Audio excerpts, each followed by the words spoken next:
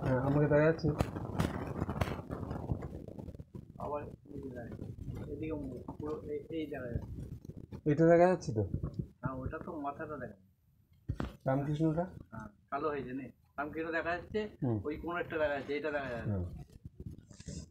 আজকে ওম স্থাপকায় চ ধর্মস্য সর্বধর্ম স্বরূপিণে অবতার বরিষ্ঠায় শ্রীরামকৃষ্ণায় তে নমঃ।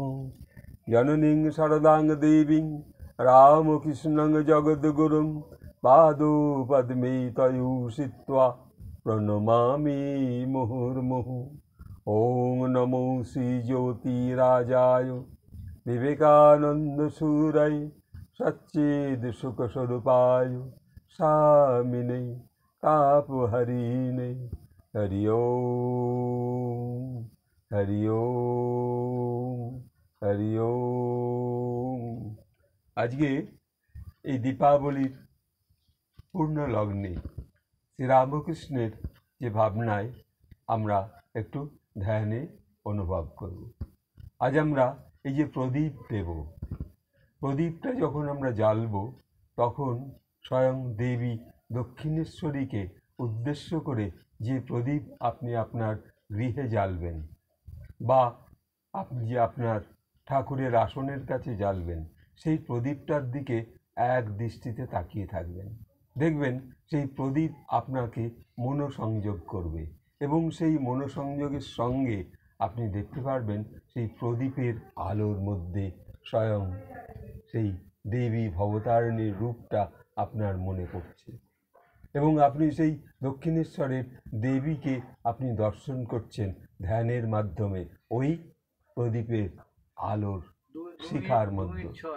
এই যে আলোর শিখার মধ্যে আপনার হচ্ছে, তখন আপনি দর্শন করতে পারবেন যে স্বয়ং শ্রীরামকৃষ্ণের মূর্তিটা এবং সেই প্রদীপের মধ্যে একবার শ্রীরামকৃষ্ণ আসছেন, একবার স্বয়ং সারদা মায়ের মুখটা আসছে, একবার স্বামীজির মুখটা আসছে, আবার দেবী দক্ষিণেশ্বরীর মুখটা আপনি দর্শন করতে পারছেন। কোথায় করতে পারছেন? ওই আলোর মধ্যে, ওই প্রদীপ শিখার মধ্যে। তাহলে আপনার সেই আজকে দীপাবলির যে পূর্ণ লগ্নে আপনার উদ্দেশ্য সফল। আপনি ধ্যানের মাধ্যমে দর্শন করতে পারছেন কোথায়? স্বয়ং সেই প্রদীপের আলোর মধ্যে স্বয়ং শ্রীরামকৃষ্ণকে, স্বয়ং দেবী ভবতারিণীকে। এবার কিছুক্ষণ পরে আপনি ভাবলেন আমি আমার পিতার উদ্দেশ্যে বা আপনি আপনার মাতার উদ্দেশ্যে, কিছুক্ষণ পরে দেখলেন আবার সেই আলোর মধ্যে যেন পিতার কথাটা, পিতার মুখটা ভেসে আসছে। কখনো বা ভেসে আসছে আপনার গর্ভধারিণী মায়ের। আপনি যদি গর্ভধারিণী মা বা নিজের বাবার মূর্তিটা না ভাবেন, তাহলেও হবে আপনি স্বয়ং শ্রীরামকৃষ্ণকে, স্বয়ং সারদা মাকে, স্বয়ং স্বামীজির মুখটাকে উদ্দেশ্য করে দেখতে পারবেন। এবং তাহলে শ্রীরামকৃষ্ণ অর্থাৎ তিনি 6টা রূপ ওই তার মধ্যে রয়েছে। কি কি?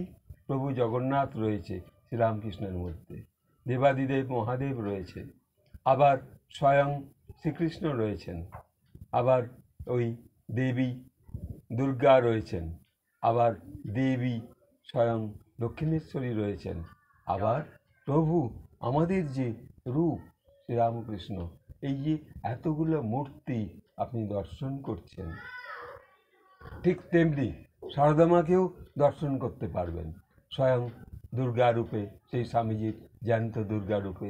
কখনো দক্ষিণেশ্বরীর কালীর মূর্তির মধ্যে দর্শন করতে পারবেন, কখনো দেবী বগলামুখীর রূপ দর্শন করতে পারবেন, কখনো দেবী সরস্বতী রূপী সারদাকে দর্শন করতে পারবেন, কখনো বা দর্শন করতে পারবেন সেই লক্ষ্মী রূপে।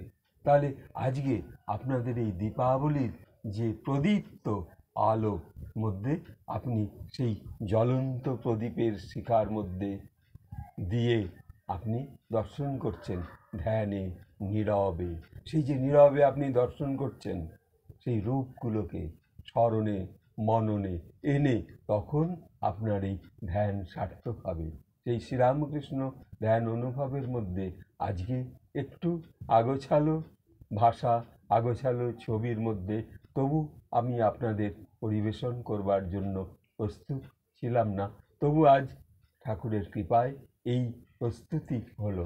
আজ দীপাবলির শক্তিতে, দীপাবলির আলোয় আজকে আপনাদের সকলের এই ধ্যান সার্থক হোক, এইটুকু বলে আজকে এখানে রাখছি। ওম নিরঞ্জনম নিত্যম অনন্তরূপম ভক্তানুকম্পা ধৃত বিগ্রহম বৈ ঈশায় অবতার পরমেশ্বরমিড্ঢম তং রামকৃষ্ণং শিরসা নমামি, তং রামকৃষ্ণং শিরসা নমামি, তং রামকৃষ্ণং